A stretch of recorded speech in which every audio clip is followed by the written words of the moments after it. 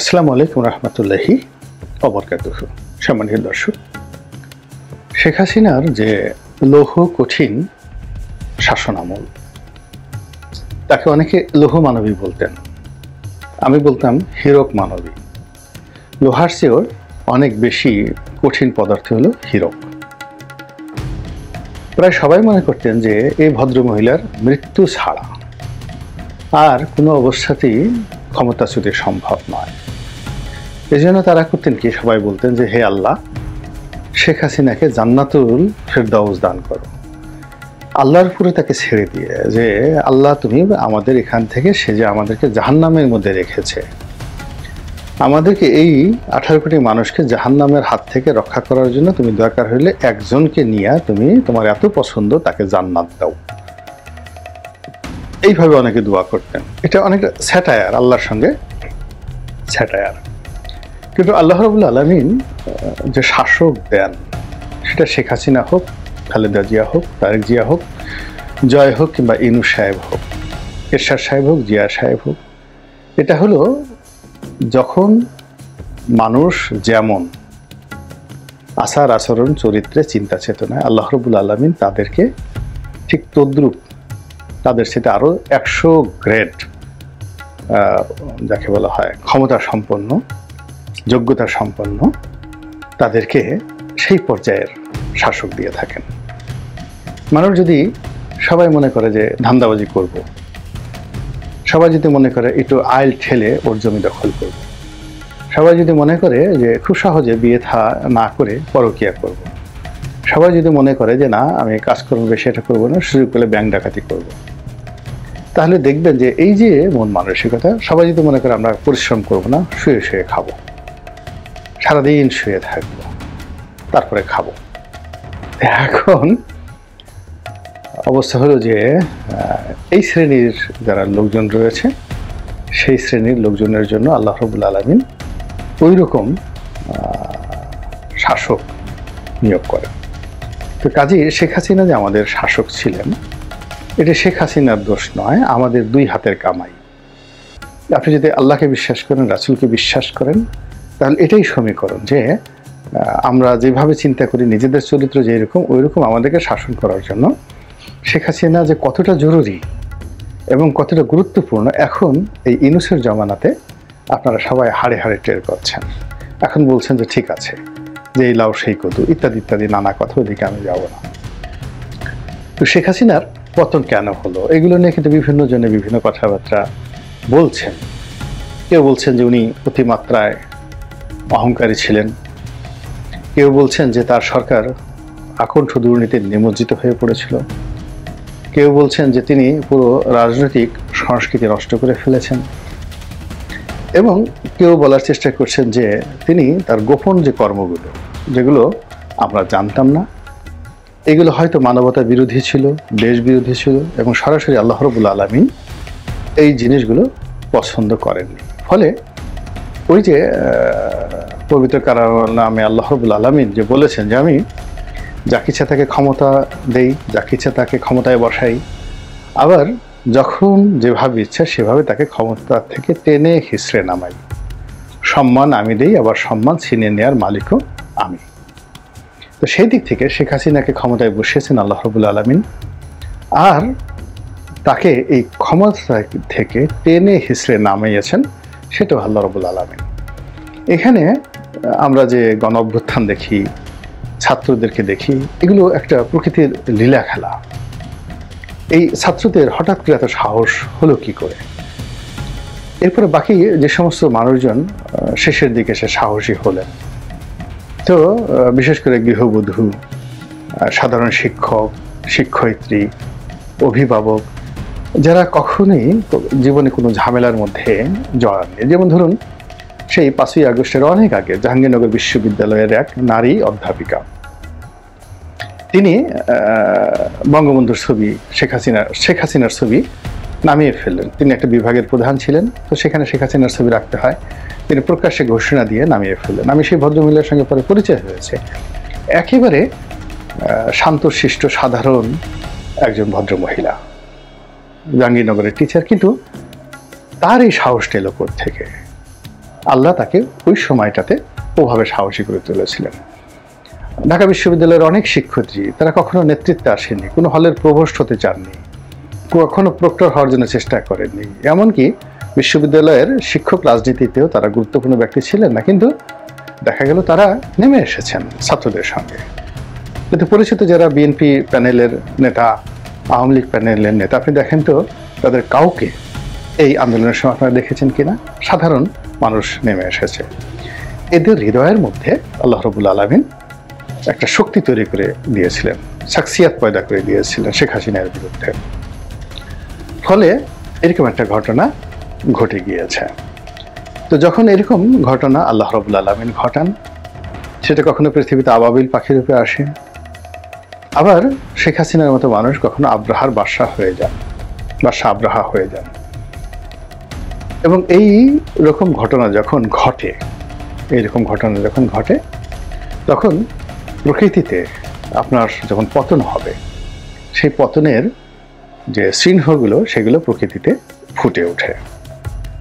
আমি বহুবার বিভিন্ন টক শোতে আকার ইঙ্গিতে বলার চেষ্টা করেছি, বিশেষ করে ফ্রেঞ্চ রেভলিউশন সম্পর্কে। ফ্রান্সের যারা শাসক গোষ্ঠী তারা শেখ হাসিনার চেয়ে 1000 গুণ শক্তিশালী ছিল, এবং তারা শত শত বছর ধরে সেই পুরো ফ্রান্স এবং আশেপাশের রাষ্ট্রগুলো শত শত বছর ধরে তারা শাসন করেছিল লুই পরিবার। তা আপনি চিন্তা করেন যে এক একজনে যদি 50 বছর করে শাসন করে থাকে, সেই 1600 লুই মানে 16তম লুই, তাহলে প্রথম লুই থেকে 16তম লুই 800 বছর তো এখানেই চলে গেছে। এরকম একটা শক্তিশালী সাম্রাজ্য যার পতন হবে কেউ কখনো কল্পনা করতে পারেনি। কিন্তু সাধারণ মহিলারা তারা রাস্তায় নেমে এলো, তাদের সবার হাতে রুটি যে বানানোর যে বেলুন, আমরা যেটাকে বেলুন বলি বা বেলনি বলি, ওটা নিয়ে রাস্তায় নেমে এলো। এর কারণ হলো পুরুষরা সব শক্তি হারিয়ে ফেলেছিল, সৈনিকরা সব যাকে বলা হয় রাজার দাবিদার হয়ে গেছিল, এবং রাজার বিরুদ্ধে কথা বলার মধ্যে কোনো কণ্ঠ ছিল না। তো হঠাৎ করে পাউরুটির দাম বেড়ে গেল, রুটির দাম বেড়ে গেল, আটার দাম বেড়ে গেল, ময়দার দাম বেড়ে গেল। তো মহিলারা বিদ্রোহী হলে রাস্তায় বের হয়ে এলেন, এবং সেই আন্দোলনটা অল্প কয়েকদিনের মধ্যে এমনভাবে দানা বাঁধলো যেটি বাস্তিল দুর্গের পতনের মাধ্যমে পুরো ফ্রান্সের একটা বিপ্লব ঘটিয়ে দিল। এবং ঠিক হুবহু এই যে ঘটনাটি বাংলাদেশে ঘটেছে, এবং বাংলাদেশে যে এরকম একটা ঘটনা ঘটবে এটা আমি 2014 সন থেকে হাজার হাজার বার লিখেছি, বলেছি। তো যা হোক, আমার কাজ ছিল বলার, যাদের কাজ ছিল শোনার তারা শুনেছেন, আর যাদের কাজ ছিল না শোনার তারা শুনেননি। এবং বাস্তবে এসে 2024 সনের আগস্ট মাসে আসলে এই ঘটনাটাই ঘটেছে। তো যা বলছিলাম যে যখন পতন আসে, কোনো মানুষের পতন আসে, সেই পতনের ক্ষেত্রগুলো সে তৈরি করে বিভিন্ন ভুল দ্বারা, ভ্রান্তি দ্বারা, অন্যায় দ্বারা, গুণা দ্বারা, প্রকাশ্য কর্ম দ্বারা, চিন্তা দ্বারা, চেতনা দ্বারা, হিংসা দ্বারা, দেশ দ্বারা। যেমন শেখ হাসিনা তারেক রহমান সাহেবকে হিংসে করতেন, ঘৃণা করতেন, হিংসা না ঠিক ঘৃণা করতেন। পিচ্ছি একটা ছেলে, ফালতু একটা ছেলে, লেখা নাই, পড়া নাই, অসহ্য, এরকম তার দেখলেই তিনি চোখ মুখ কিসমিস করে উঠতেন। আর বেগম খালেদা জিয়াকে ঈর্ষা করতেন, ও কেন এত সুন্দরী হলো, কেন খালেদা জিয়া এত সুন্দর, কেন লোকজন তার সামনে গিয়ে তার স্তুতি করে।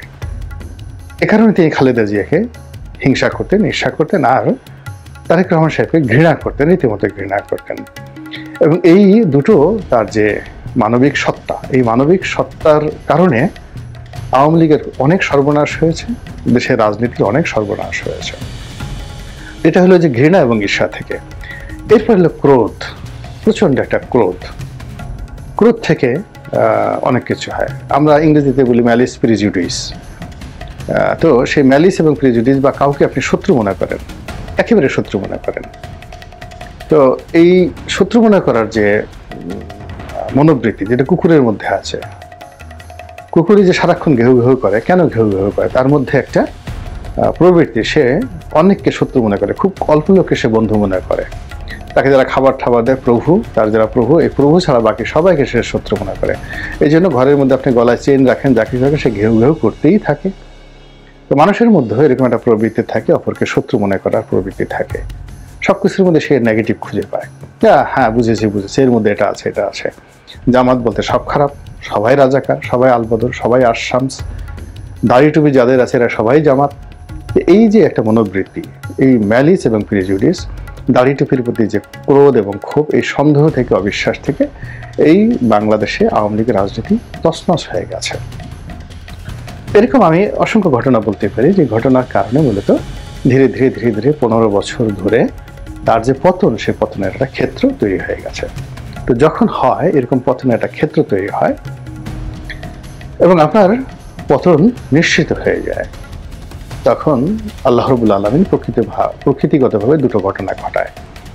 আপনার চোখে মুখে মৃত্যু দূত সবসময় ঘুরতে থাকে, আপনি ঘুমানোর সময় টের পাবেন, এবং যে লোকটির হাতে আপনার পতন হবে আপনি তাকে চিনতে পারবেন। কেউ তো মরে যাওয়ার পর ফিরে আসেনি। অনেকে বলেন যে মরার আগে আগে হযরত আজরাইল আলাইহিস সালামকে সেই যে যিনি মারা যাবেন, মৃত পথযাত্রী, তিনি দেখতে পারেন।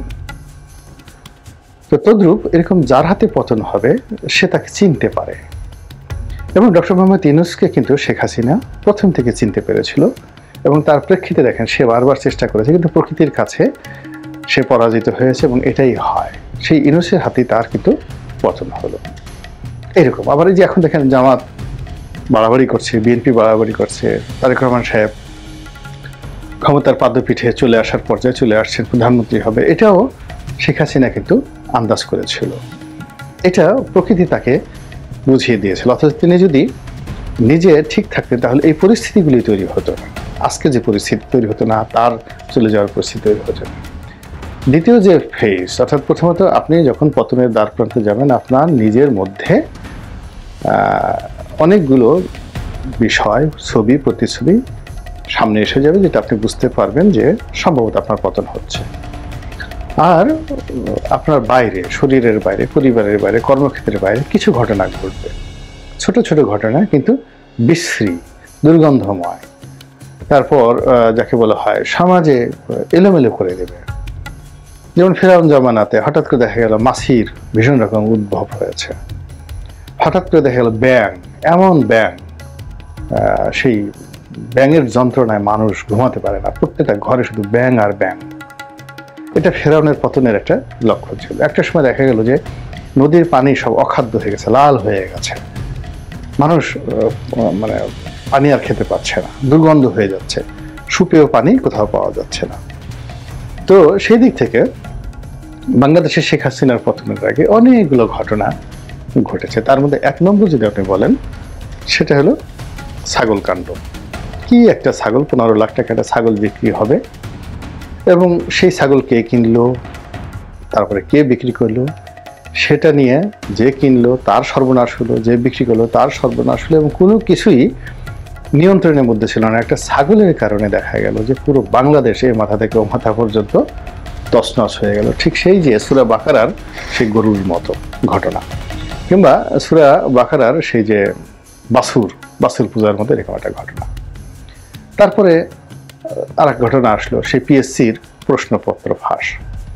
এক লোক ওলি আল্লাহর মতো চেহারা, ড্রাইভার ছিল কোনো এক সময় পিএসসির চেয়ারম্যানের, এবং সেই পরিচয়কে ব্যবহার করে সে বিশাল একটা সিন্ডিকেট তৈরি করে শত শত হাজার হাজার কোটি টাকা সে নাকি এই প্রশ্নপত্র ফাঁস করে বিক্রি করেছে, এবং এটা সারা বাংলাদেশে তোলপাড় সৃষ্টি করে ফেলল। আর সবার শেষে একটা গালি, রাজাকারের বাচ্চা। তো শেখ হাসিনা বহুবার বহুজনকে বহু গালি দিয়েছেন, খালেদা জিয়াকে গালি দিয়েছেন, তারেক রহমানকে গালি দিয়েছেন, এমন কোনো মানুষ নেই তিনি অকথ্য এবং অশ্লীল ভাষায় গালি দেননি, বা বকা দেননি, বা খোঁটা দেননি। বাংলাদেশে তার এমন কোনো প্রতিদ্বন্দ্বী নেই, এমন কোনো শত্রু নেই। সেটা ডক্টর AQM বদরুদ্দোজা চৌধুরী, তাকে তিনি ঠাট্টা করলেন বধু কাকা বলে। তারপরে ব্যারিস্টার রফিকুল হকের মতো সর্বজন শ্রদ্ধেয়, তাকে বললেন আমিকার খালুরে। তারপর ডক্টর কামাল হোসেন থেকে শুরু করে আরো অনেক ব্যক্তি তিনি ফোড়ন কাটেননি, তারপরে বকা দেননি। মাহফুজা নাম, মতিউর রহমান থেকে শুরু করে যারা আছেন, ডক্টর ইউনূসকে তো কথায় কথায় সুদখোর আরও কী সব গালাগালি তিনি করেছেন।